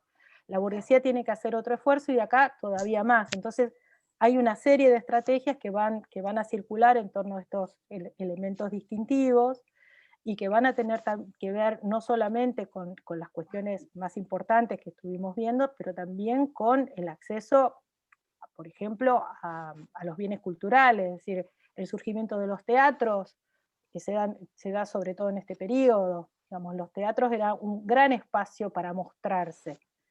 Y a diferencia, digamos, y esto es muy interesante, digamos, los teatros en Rosario comienzan a aparecer de forma sistemática en este periodo también, en estos primeros años del siglo XX, y la propia estructura espacial de los teatros habla de las jerarquizaciones sociales, es decir, quién ocupa la platea, quién ocupa los palcos, quién ocupa las tertulias y quién ocupa el paraíso. Cuando había amplios sectores populares que accedían, sobre todo el teatro de ópera era muy popular a principios de siglo. Entonces los obreros iban al teatro porque venían con una tradición europea, con un gusto por las óperas, sobre todo las verdianas, pero que transitaban. Entonces, bueno, había todos los fenómenos que tenían que ver con cómo distinguirse, digamos, distinguirse también en estos espacios. Igual la burguesía rosarina era bastante voluble, ¿no? Iba al teatro, pero también iba al circo criollo, es decir, cuando uno va analizando a dónde iban, tenían bastante poco prurito en poder transitar distintos espacios ligados al ocio. Yo quería hacer un comentario. Sí. Sí, después, si podés. No, porque vos cuando empezaste, dijiste que encontrabas un montón de paralelismo de lo que pasaba 100 años atrás. Y yo, mientras escuchaba la charla de ustedes, me acordaba de la teoría del derrame, como que parece que esta gente de esa época había cristalizado la famosa teoría del derrame en el contexto de ese momento. O sea, una burguesía muy potente con mayorías tremendamente carentes de todo, pero bueno, derramaban eso a nivel vertical, como diciendo, bueno, te doy un hospital. Bueno, está bárbaro, pero era en ese contexto de desigualdad, de falta de... Mira, a mí cuando ellos hablaban, lo que me recordaba un poco era esto del impuesto solidario, esas grandes fortunas que ahora tienen que pagar, con la diferencia que... Es como una forma de caridad lo que hacían, claro, ¿no es cierto? Con la diferencia que ahora no quieren pagar, y la otra diferencia, que es lo que me sorprende y que por ahí me deriva un poco a la pregunta, es que ahora es el Estado quien gobierna esa recaudación. Me sorprende que para esa época del inicio del siglo XX o digamos o fines del siglo XIX, 3 de los hospitales más importantes, o sea, los 2 del Español, el Italiano y después posteriormente el Centenario, se han hecho por asociaciones que, si bien tienen aportes públicos, digamos, la batuta es como que la dirigen las asociaciones, las burguesías directamente, o bien digamos, las colectividades mismas. ¿Cuándo empieza a emerger el Estado como un actor fundamental en cuanto a distribuir o definir políticas de salud? Bueno, acá al menos en la zona de Rosario. Bueno, ya que estamos... es bastante, digamos, es complicado pensarlo en lo que es la zona de Rosario, no hay tantos estudios particularizados, pero uno tiene que concebir que un gran quiebre dentro de este modelo político, económico, es el 30. Entonces, uno puede ir registrando algunos antecedentes durante la década del 30, que en general uno siempre, a priori, uno piensa en la década del 30 como un espacio de transición, un espacio de entreguerras. La década del 30 tiene muchas particularidades y varias de las cuestiones a las que se tiene que enfrentar el Estado va asumiendo otras funciones, porque tiene que administrar una profunda crisis capitalista, que era la más importante hasta la que nos tocó ahora. Entonces, el rol del Estado comienza a cambiar les diría por obligación, es decir, es un Estado que tiene que comenzar a intentar regular algo, porque digamos, todo lo que había resultado hasta ese momento ya no era viable. Ustedes piensen que se habían congelado digamos, el comercio triangular que nosotros manteníamos de exportación se había desbarrancado. Las deudas que tenían por las exportaciones argentinas no se pagaban. Entonces, bueno, ahí inicia un proceso que es inicial, y uno tiene que pensar en una transformación más profunda del Estado con los gobiernos, con lo que se conoce como el primer peronismo, ¿no? Ajá. En donde, porque además dentro de la historiografía argentina también hay una tesis, era muy fuerte, digamos, hasta los 80, 90, la idea de que el Estado se consolidó, se organizó, se formó en el siglo XIX, el Estado argentino. El Estado tiene distintos, digamos, y cuando uno habla de Estado no habla solamente del aparato gubernamental, sino también del control de la fuerza, el control de los organismos en el ejercicio de la fuerza, el control del territorio, todas las cuestiones ligadas a lo simbólico. Y el 30 también es muy importante porque, digamos, hay lo que se transforma y se hace más incisivo es ese nacionalismo que había comenzado a generarse en la década del 10 y se va a exacerbar en el 30. Entonces hay varios valores que están muy referenciados en los procesos educativos con los que nosotros nos formamos, que están muy anclados, por ejemplo, en esa década. Estos valores que están vinculados a no solamente lo simbólico, sino los contenidos educativos. Eso por un lado, pero como les decía, la construcción del Estado, la gente que trabaja sobre todo en investigaciones en Patagonia, que son muy importantes a nivel regional, las más interesantes son las que se hacen sobre la Norpatagonia, las áreas de La Pampa, Neuquén, parte de Río Negro. Lo que están hablando es que en realidad el proceso de consolidación efectiva del Estado, digamos, digamos, porque ellos trabajan mucho sobre lo que eran los territorios nacionales y las contradicciones alrededor de la consideración del ciudadano, la participación, las autoridades, la administración de los territorios, etcétera, etcétera. Entonces, bueno, que en realidad un Estado efectivamente consolidado se da en las décadas centrales del siglo XX, ¿sí? que logra, digamos, ese nivel completo de transformación, de ocupación y control del espacio. Ese es un debate también que está, pero bueno, los trabajos sobre estas áreas son muy interesantes al respecto y ponen en tensión los presupuestos que se han mantenido durante varios años, digamos, y además ejes de estudio que han sido centrales en la historiografía argentina. Es decir, el Estado, el régimen oligárquico, el modelo agroexportador, son tópicos sobre los cuales se sigue transitando, digamos, y se explica buena parte de la historia argentina.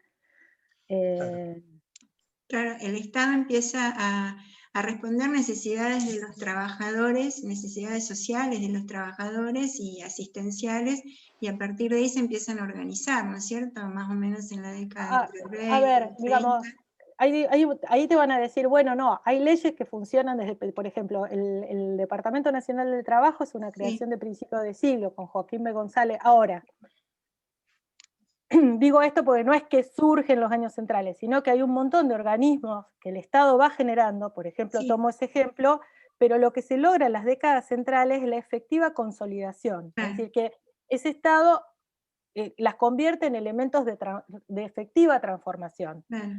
no es que no hubiera, porque el movimiento obrero argentino es un movimiento obrero muy organizado, muy activo desde fines del siglo XIX, con muchísimas tradiciones, Sí. y buena parte, digamos, de los grandes debates que se abren en torno de los orígenes del peronismo tienen que ver, por ejemplo, de qué pasó con los anarquistas, los socialistas, se transformaron todos, el peronismo los licuó. Y bueno, a mí hay un ¿O los trabajo muy... absorbió? A ver, En parte. sí, no, digamos, y tiene que ver también con nuestras propias tradiciones. Hay un viejo trabajo de Hugo del Campo, que no sé, vos me vas a recordar bien, en torno de los orígenes del peronismo, creo que se llama, si no me equivoco, es un trabajo de los 80, hecho desde el exilio, que es muy interesante, en donde analiza, bueno, qué iba sucediendo. En muchos casos no es que los absorbiera, porque nosotros por ahí hablamos de peronismo, cuando en realidad en los 40 no podemos hablar de peronismo, es decir, son distintas fuerzas que van conjugando, y en muchos casos en el laborismo están participando, están participando los grupos socialistas, los anarquistas. Lo que pasa es que lo que la Secretaría de Trabajo y Previsión hace con Perón es que cambia las formas de representación del sindicalismo argentino, la verticaliza. Y eso también es importante porque concentra y los empodera, porque además le da algo que es fundamental para cualquier organización, le da la posibilidad de manejar sus propios recursos. Eso no es menor. Lo que yo mencionaba, sí, perdón Estela, no, lo hago rapidito, que a lo mejor la crisis del 29 pone en evidencia una crisis terminal del modelo de producción capitalista que funcionaba para la época, este modelo agroexportador, que ya venía en crisis, que tenía una limitación en cuanto a los terrenos efectivamente utilizables y demás. Entonces lo que se ve es que el 30 cambia el paradigma en cuanto al modelo de acumulación y ahí se ve un estado más interventor, podríamos decir, o proto-keynesiano. Pero también hay algunas señales que ya desde fines de los 10, buena parte de los 20 se podían ver. El propio gobierno radical de Irigoyen ya tiene políticas de intervención en cuanto al movimiento obrero y a la política social, que después a lo mejor se empiezan a diluir. Y para responder a la pregunta de Sergio, en cuanto a Rosario en particular, la intendencia de Esteban Morcillo del año 26 ya cambia un poco ese paradigma de empezar a, por lo menos, intentar ordenar lo que hasta el momento era pura oferta de libre mercado, esto de que el mercado se autorregulaba. La intendencia de Morcillo me parece que da un antecedente interesante de cómo el Estado tiene que marcar un poco la expansión urbana, qué es lo que se podría hacer y lo que no darle tanta rienda suelta a ese liberalismo tan laissez-faire, ¿no? que funcionaría. Y, por ejemplo, en algunos cambios de orden simbólico en cuanto al uso del Parque Independencia, que podríamos analizarlo en otro encuentro, pero Morcillo en el 26 inaugura el Estadio Municipal, por ejemplo, para otorgarle otra raigambre a lo que sería el uso del espacio público. Un espacio que se había, en principio, repartido entre instituciones privadas, la sociedad rural, el Jockey Club, algunos clubes sociales y deportivos, y un espacio muy menor para el ocio público. Bueno, de alguna manera, ahí ya se empieza a ver un poco la mano del Estado interviniendo. Muy inicial, muy proto-keynesiano, como digo, que en los 30 se va a ver mucho más en evidencia con la Junta Nacional de Granos, con otras instituciones de orden nacional, YPF, y yacimientos petrolíferos y carboníferos fiscal, etcétera, etcétera. La nacionalización de los puertos en el año 39. Claro, Gendarmería Nacional, las aduanas, esto que decía Sandra para Norpatagonia, que se ve bastante claramente, la intensificación de una frontera mucho más militarizada. Pero es un proceso, ¿no? Que en los 20 y 30 se empieza a acelerar. Y ahora, ¿cómo ven desde el punto de vista histórico en qué momento nos encontramos, digamos? Ahora nosotros no podemos hablar de investigación, sino de opinión. Bueno. Bueno. Primero me parece que hay una cuestión que es insoslayable, que no sé si lo tenemos en agenda como corresponde. Estamos ante no solamente una crisis pandémica, sino una crisis del capitalismo más importante que la del 30. Entonces eso hay que entenderlo. En un capitalismo que es muy feroz y que ha cambiado también su estructura. ¿Sí? Está globalizado, está financiarizado, transnacionalizado, es decir, tiene un montón de atributos que es muy complejo. Entonces, eso no hay que perderlo de vista, porque si no, es como que se nos difumina un poco y digamos, lo que tenemos que entender es que entramos en un cono de sombra y estas crisis tan importantes no son agudas, tienden a tener un periodo muy crónico para salir de ellas. A mí me parece que estamos a ver, no quiero ser pesimista,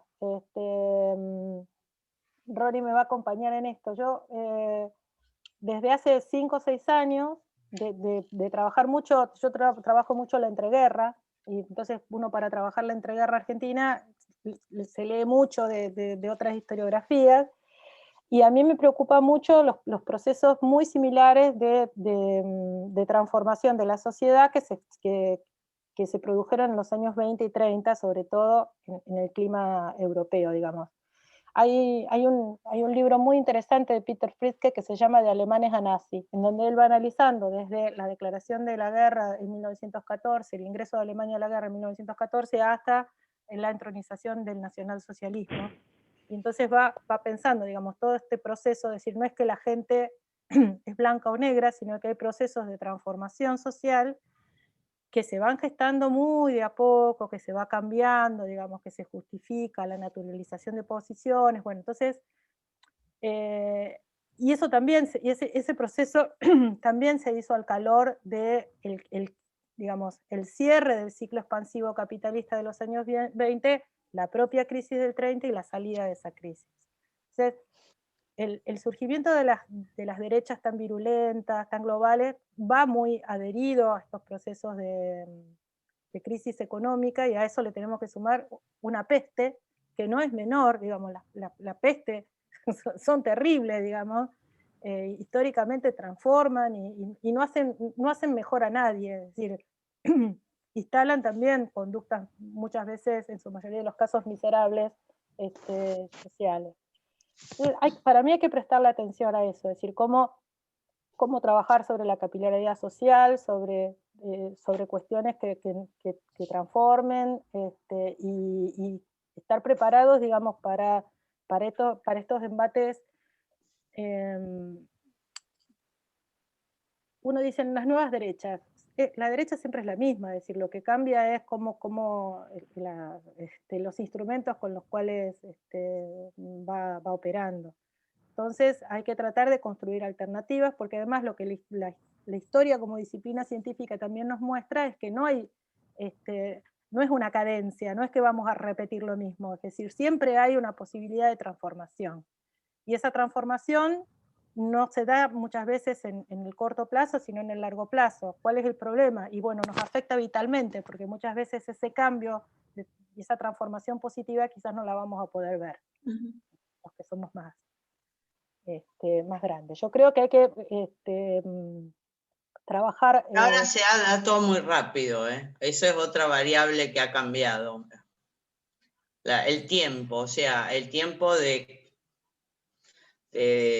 me parece que estamos todos metidos se nos aceleró el tiempo, por más que sigamos con problemas de hace 100 años, pero todo es más frenético y también espero, qué sé yo, que estas bueno, no puedo decir que vayan a disminuir la virulencia, pero no, eso sería naif. Pero a lo que voy es que es todo tan rápido, así como vimos, por ejemplo, los 4 años de Macri, que fueron apogeo y caída en un gobierno, o sea, fue muy rápido eso. En otros tiempos se quedaban dos mandatos, por ejemplo, hasta caer, hasta que la gente, la mayoría... Yo no estoy de acuerdo en que hayan caído, es decir, lo que perdieron... No, bueno, la caída digo de que no lo vuelvan a refrendar con el voto. Entonces lo que hay que la derecha, que hay que generar proyectos que sean capaces de contener, digamos, y tener claridad, digamos, alrededor de que bueno, estos procesos de generar posibilidades de discurso y de confrontación legítima, digamos, con estos espacios, y poder generar Miren, en el año 35 voy a tomar algo de un periodo que conozco, es decir, se armaron los famosos frentes, los frentes nacionales, es decir, el 35 fue un mandato, entonces las izquierdas, que tenían sobre todo los que estaban ligados al Partido Comunista, tenían, digamos, bueno, hasta el 35 una política de lucha de clases. En el 35 el objetivo era enfrentar el fascismo a nivel internacional. Entonces el mandato fue la organización de frentes para poder resistir al fascismo. Y eso me parece que es un ejercicio interesante, es decir, que el frente es difícil, pero claro que sí, es decir, porque cómo se piensa el liderazgo en una comunidad de intereses que muchas veces pueden estar en pugna. Pero eso me parece que hay que pensarlo, digamos, pensar una estrategia, el progresismo por ahí está, es muy ambiguo, digamos, en la formulación, pero bueno, es útil. Bueno, en un campo progresista, en un frente progresista, que sea capaz de superar las falsas contradicciones, digamos, muchas veces de lo que ahora se llama grieta, pero que es histórico también en la conformación de peronismo-antiperonismo, pero también que es previo, digamos, está, digamos, en nuestro pasado con otros modelos, con otras lógicas de enfrentamiento, y creo que hay que tener una mayor conciencia a nivel subjetivo, individual, pero también colectivo, de tener mucha conciencia de a qué sector social pertenecemos y tratar de defendernos de ese lugar. Es decir, no apropiarnos.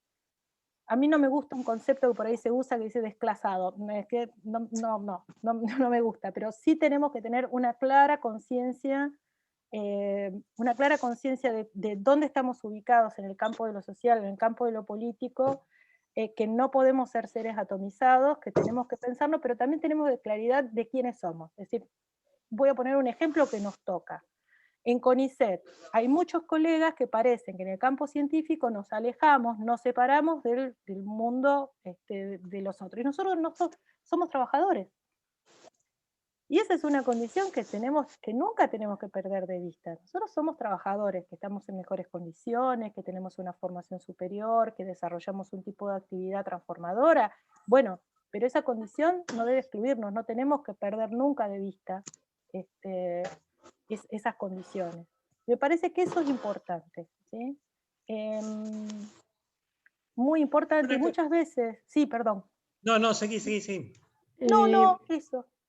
Estela estaba... Sí, cuando...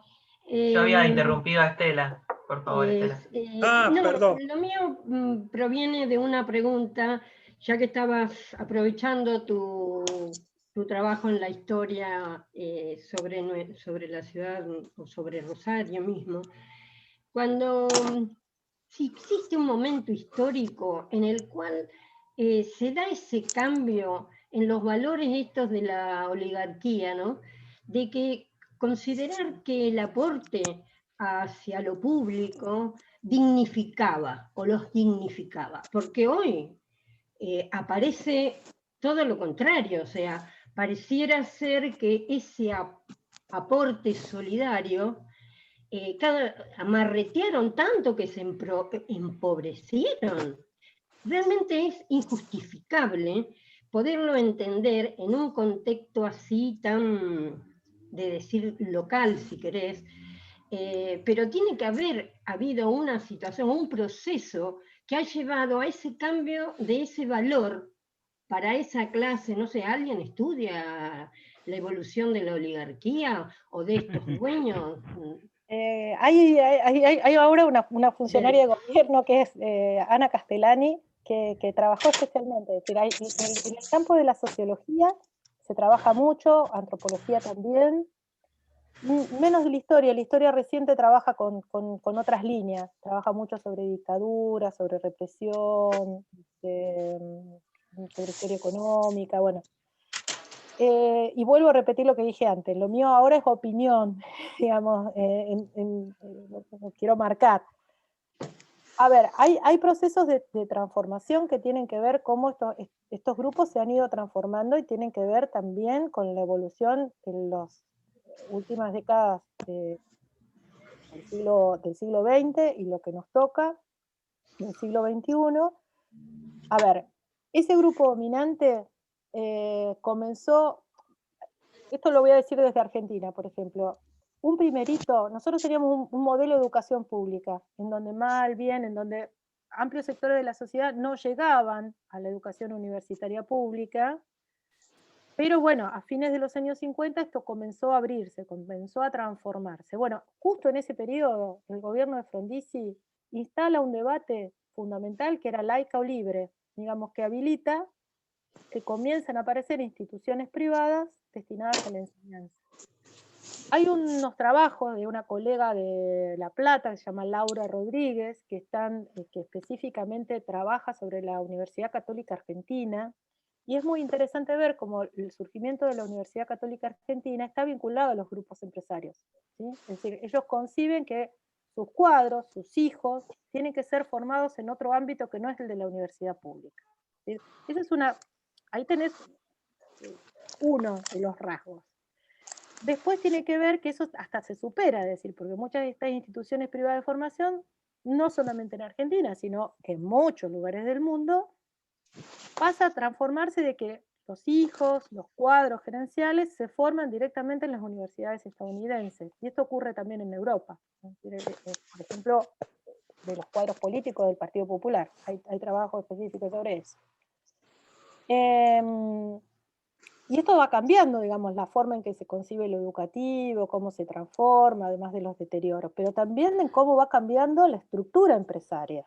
Y eso también hay que considerarlo. Digamos, el mundo empresario argentino va sufriendo transformaciones. Ustedes piensen, por eso, simplemente de los recuerdos de infancia, las marcas que se difundían por radio o televisión. Esas marcas tenían detrás una fábrica. Vamos a pensar en los jabones. Eso no existe más, ahora está totalmente globalizado. Hay una multinacional que regula todo lo que consumimos en nuestros hogares ligados a la limpieza. Bueno, entonces hubo todo un proceso de concentración, de transnacionalización, que fue de largo aliento, que comenzó de manera sustantiva durante la última dictadura militar, cívico-militar, que se agudizó con el menemismo y que generó así un fulgurante crecimiento durante la etapa macrista. Entonces eso también afecta a los condicionantes, es decir, bueno, cambia la estructura de cómo se concibe el empresario, es decir, bueno, esta búsqueda, y lo más importante también sería estudiar qué pasa con lo simbólico de amplios sectores de la sociedad argentina. Hay un libro de Adamowski, yo no me acuerdo del título, Ronnie, como el de la clase media. Sí, soy de la clase media en la Argentina. La clase media en Argentina es, bueno, un libro de un historiador, Ezequiel Adamowski, La clase media en Argentina. Bueno, él intenta una explicación de ver cómo se consolida la clase media argentina. Bueno, uno puede discutir algunas cosas, pero es un libro que sintetiza bastante bien qué le pasa a la clase media argentina en relación a estos valores, y digamos, y cómo una clase media profundamente progresista, amplia, se va transformando cada vez más, adquiriendo otros valores y otras connotaciones. No quería dejar de responder a la pregunta de Estela, un aspecto que a lo mejor puede quedar como un sinónimo, pero nosotros nos encargamos bastante de mencionar la caracterización como grupo dominante o como burguesía, y no usamos la categoría de oligarquía porque no sería pertinente para el caso local. Digamos, podríamos hablar de oligarquía argentina, oligarquía pampeana, terrateniente, latifundista, etcétera, pero no encuadra en la categoría que nosotros pensamos del grupo dominante rosarino, y utilizamos más pertinentemente el concepto de burguesía, que es el que hace justamente este intento de distinción cultural. La oligarquía, más pensado en términos aristocráticos, no estaría tan interesada por cerrar este círculo y intentar esa demostración en el campo simbólico y en el campo artístico-cultural. Sí le va a pasar eso a esta burguesía de estos hombres nuevos enriquecidos que se ven como advenedizos y que intentan entonces justificarse y ganar herencias, tradiciones, legados, que para los otros no serían un problema tan determinante. Yo no los veo a la oligarquía argentina tampoco tan preocupada en ese aspecto. pero no quería dejar de aclarar eso que usted había preguntado. Bien, gracias. Respecto cuando ustedes decían de la virulencia de las derechas, de los sectores más reaccionarios o conservadores, o como querramos llamarlo, respecto a esa virulencia se incrementaba en procesos de crisis económica. Mi pregunta es si ahí no estaría faltando también un detalle fundamental que vos, creo que vos, Sandra, lo mencionaste, que fue la disputa del espacio público y hablaste del feminismo, y que yo te agregaría también a los ambientalistas, que son dos construcciones muy disruptivas que emergen particularmente en estos últimos años y que tienen una construcción política muy particular.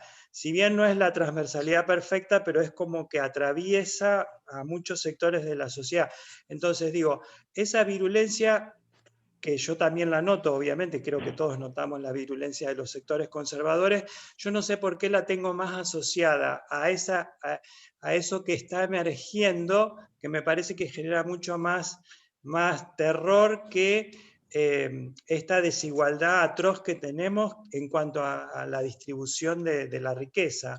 Porque me pongo a pensar, en el año 2001, esos sectores reaccionarios no se volvieron más virulentos cuando la gente se empezó a movilizar y demás. No sé, es una opinión.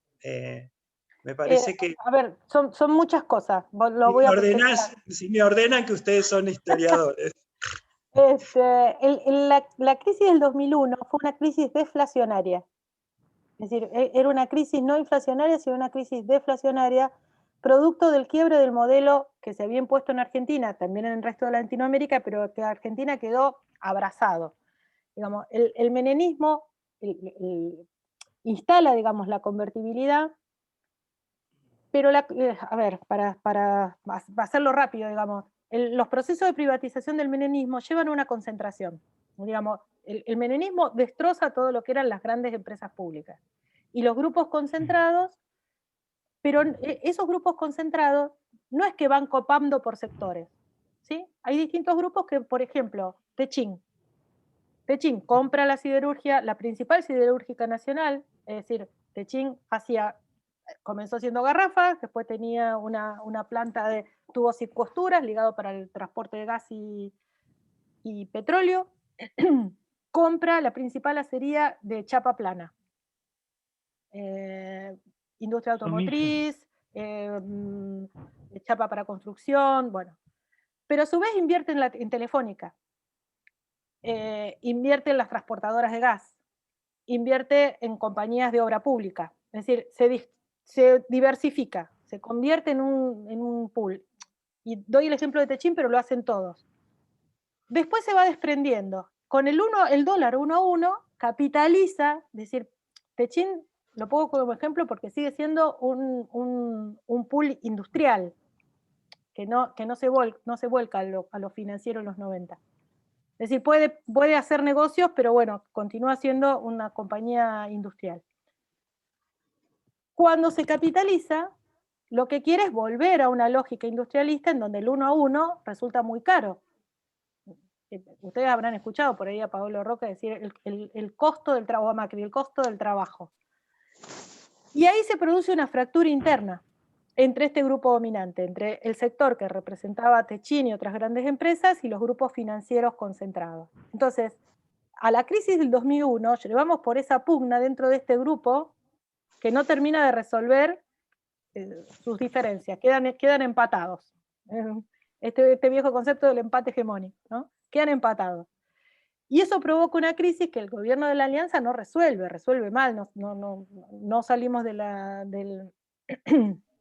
la convertibilidad y eso lleva a esa profunda crisis deflacionaria y también una profunda crisis para estas empresas. Recuerden que hay varios bancos que estuvieron a punto de la quiebra y que salió el Estado, digamos, estoy pensando en los que efectivamente quebraron y en los que fueron salvados dentro del Banco de Galicia. Entonces, es diferente ambas crisis. Entonces, esos sectores también quedaron un poco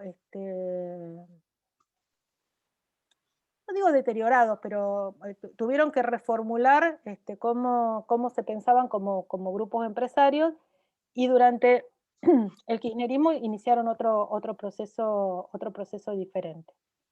Respecto de lo que vos decías de los contrapúblicos, las referencias a las críticas a las concepciones habermasianas son de los años 80, de los años 90, en donde los movimientos ecologistas, ambientalistas no estaban tan presentes en la discusión teórica. Entonces, el feminismo sí cruzó.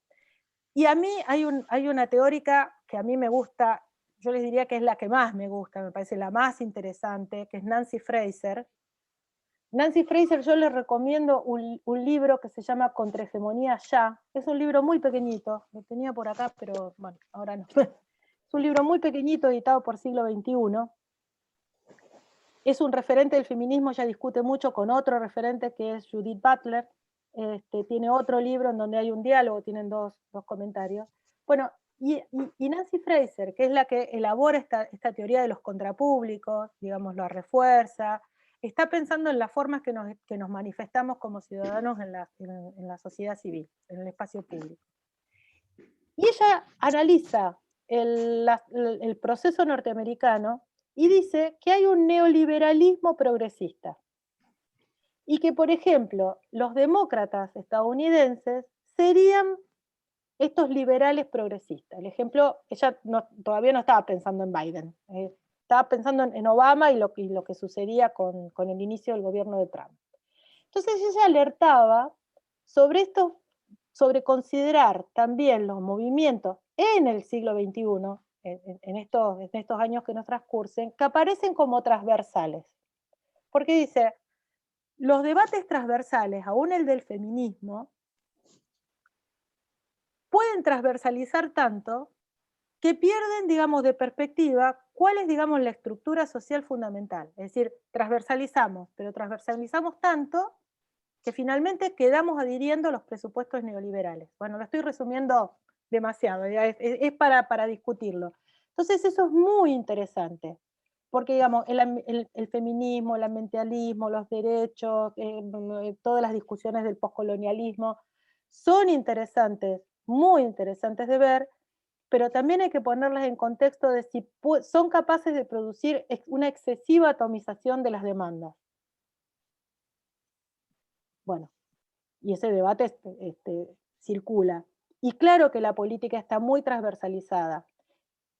Y fíjense el ejemplo de lo que ocurrió en Ecuador. Digamos, estaba una fuerza conservadora, estaba una fuerza progresista que representaba el correísmo, y estaban los movimientos de los pueblos originarios. Pero el representante de los pueblos originarios, con un discurso que tendía, en realidad su programa tenía muchísimos puntos de contacto con el proyecto de Lasso.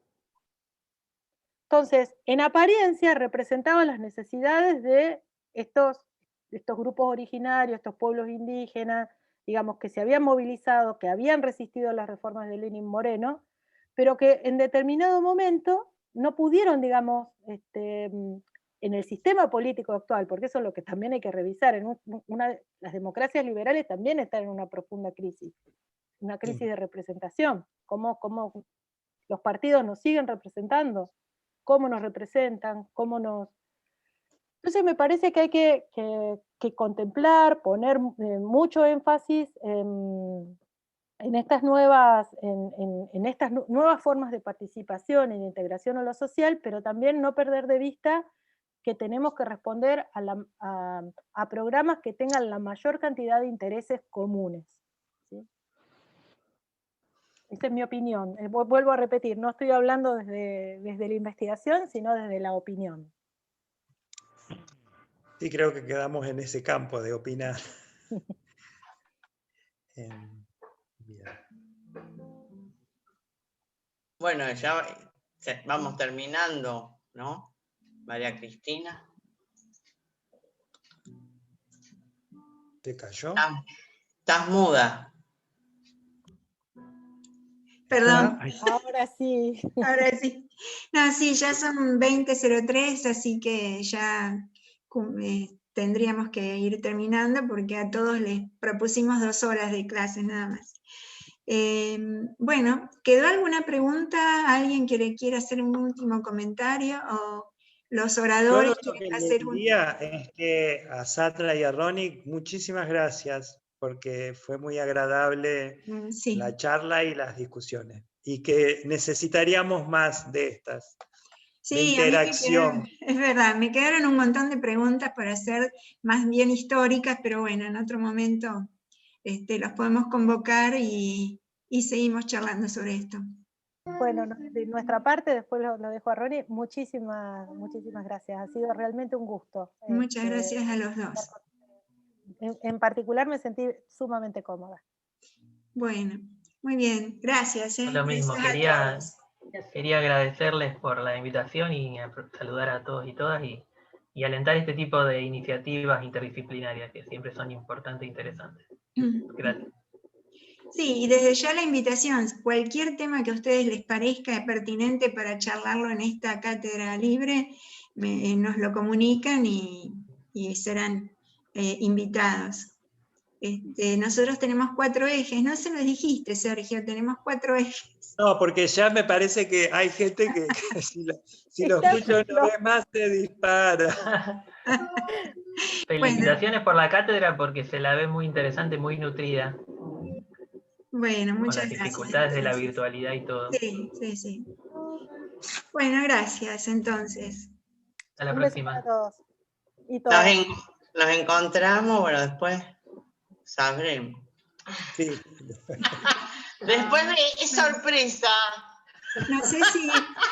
No, el próximo no, el siguiente era.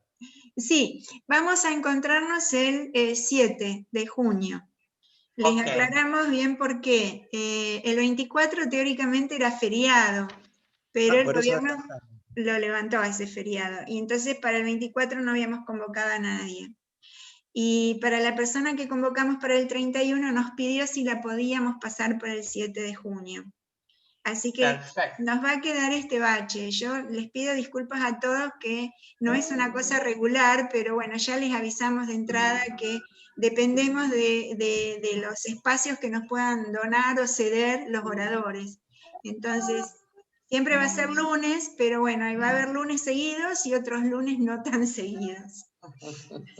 Pero les avisaremos a todos y vamos a tratar de que nadie quede sin avisar.